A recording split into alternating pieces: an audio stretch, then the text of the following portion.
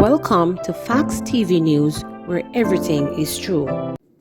DJ Ravers found dead on Boxing Day. Well-known selector DJ Ravers Finley died suddenly on Boxing Day. He was found unresponsive in his bed by relatives. Top flight DJ Bounty Killer reacted in shock upon hearing the news and posted a screenshot of a popular selector to his Instagram page, captioning the picture, "Kiss me tea, January star, no man, this can't be real." Bounty Killer and Ravers worked together on his popular Sunday party series, Bounty Sunday Shift, held at O'Neill's Place. Popular Sing J, Delamar X or RDX fame also wrote, "Jaja no star, this hurt me to the core. SIP my bro, kiss me teeth." Longtime friend and selecting partner DJ Tom of the duo Tom and Ravers was almost inconsolable in his grief. "Me wait for the autopsy because we find him in him bed. It's like him sleep with or a poison him get poison because and them fingernail them black like a spade. And him black and is a brown man," DJ Tom told reporters. DJ Tom and DJ Ravers have been a duo for a decade, solidifying their reputations as one of the hottest new selecting acts in the dancehall industry. All the best person in the world, them man ya no talk. Him and one of the realest person in the world. The man just easy. Him just do him work and come back in. A nice human being. One of the greatest human beings you'll ever meet. Him just always do the right thing, DJ Tom said. DJ Tom and Ravers are the organizer of the popular Lego the Streets Wednesdays, a weekly party that is held at 2714 Central Road in Ketnot, St. Andrew. Bob Marley's grandson, Joe Mercer, died at 31. Grandson of legendary reggae singer Bob Marley, Joseph Joe Mercer Marley, was found dead in the United States on Tuesday. Joe Mercer, the son of Stephen Marley, was reportedly found unresponsive in a motor vehicle. The 31-year-old was known for songs such as Burn It Down, Made It, and No Way Out. News of his death triggered an outpouring of tributes on social media. Opposition leader Mark Golding described Marley's death as tragic and remembered the singer as a talented young reggae artist. Golding said, "The loss of a child is a devastating blow and something no parent is prepared for. I send my condolences to Steve and the entire Marley family. May he rest in eternal peace."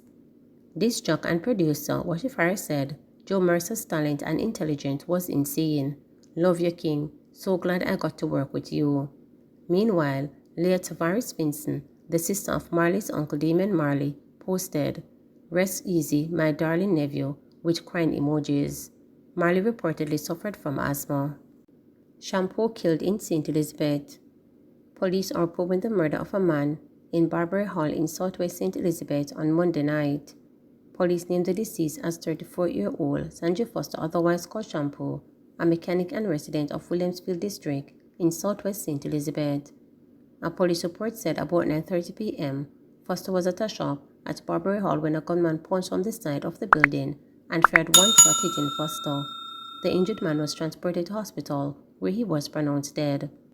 Unconfirmed reports suggest that hours later, another man was shot and injured at a party in Vineyard District near Black River. It is unclear if the incidents are related. Abrupt end to Sting 2022.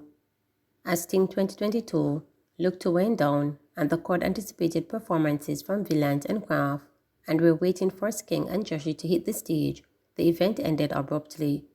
Minutes after 6 a.m., the stage was invaded by persons who were not booked to perform, and the air became tense as tuggers threatened to take over.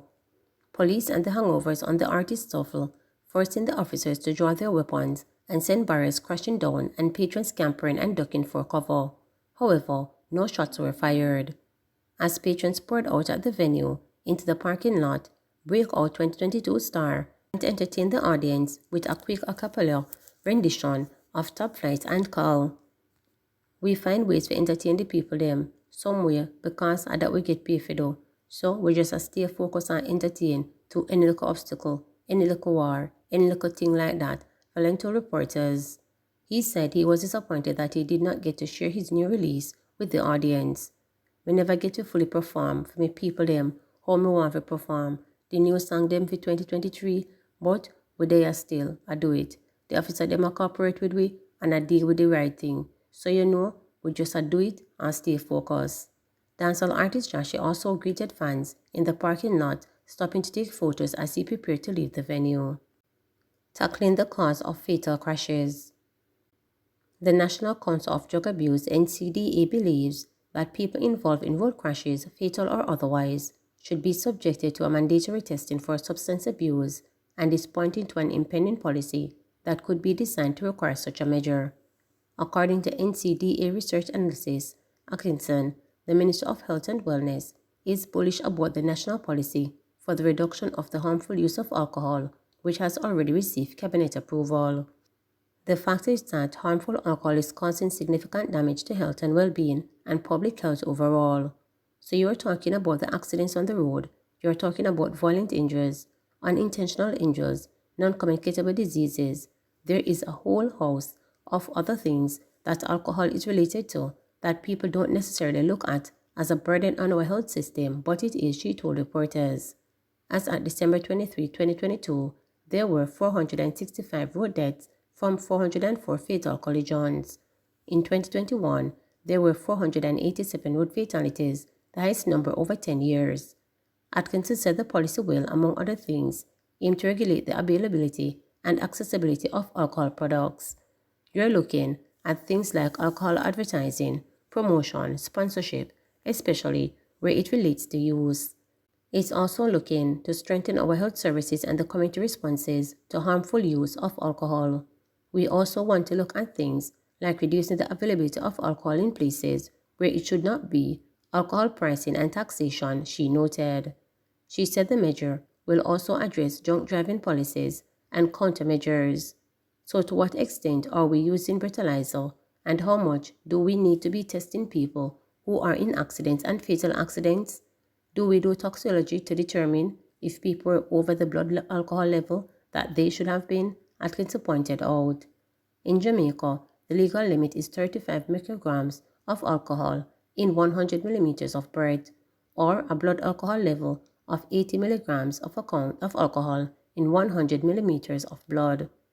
Breathalyzer machines are used to detect the levels. Jamaica first implemented the breathalyzer system in 1995, but it crashed after the stationary testing machine fell into disrepair when they were deemed incompatible with Jamaica's climate. Since then, the government has introduced portable devices capable of being transported in police service vehicles. Last month, as a tangible show of support to the Jamaica Constabulary Force, JCF's work to enforce road safety, Red Stripe Philanthropic Arm, the Death Note and Geddes Foundation donated 50 breathalyzers to the JCF Public Safety and Traffic Enforcement Branch valued at more than $3 million. But according to Atkinson, breathalyzer tests, though conducted, are not routine. It is definitely something that we have to be legislated. It is not something that the NCDE can say to hospitals you must do. It doesn't work like that, and that is why I'm saying there is need for us to have police in place so that the required actors can undertake these initiatives in keeping with the legislative framework, just so you are not stepping over any kind of boundary in relation to human rights, she explained. In the meantime, she said the NCDA has drawn no conclusions as to the contribution that alcohol or drug have made to traffic accidents here. We can only know for sure if we're doing the actual testing, so it could be a whole lot of other things, but we don't know and we can't speculate. But we do know, though, that people do drive under the influence of alcohol. That is a reality, Atkinson stated. A 2016 NCDA National Drug Prevalence Survey showed that 1 in 5 males report that they have drove under the influence of alcohol and illegal drugs. That's not enough for us to say alcohol intoxication is causing accidents. That data alone cannot tell you that the accidents are being caused by that. We have to actually test people who are involved in accidents, Atkinson stated. In the meantime, she said the National Drug Prevalence Survey stated, for here, should shed some light. What we hope to be able to do is to go into the data and not only ask people if they have driven under the influence, but also ask them if they have been in an accident while driving under the influence, and if the accident they were in was caused by being intoxicated, whether by alcohol, cannabis, or any other drug, she further stated. According to Atkinson, the NCDE has recognized that there was a gap in the 2016 data because just knowing that people are drinking under the influence is not enough for us to associate it with accidents. There is one small error in terms of lawful alcohol policy, but we do need to have policy directives, she said, while noting that given resources constraints, Jamaica have to partner with external agencies to get the necessary funding support. Please remember to subscribe, like, share, and click the notification bell for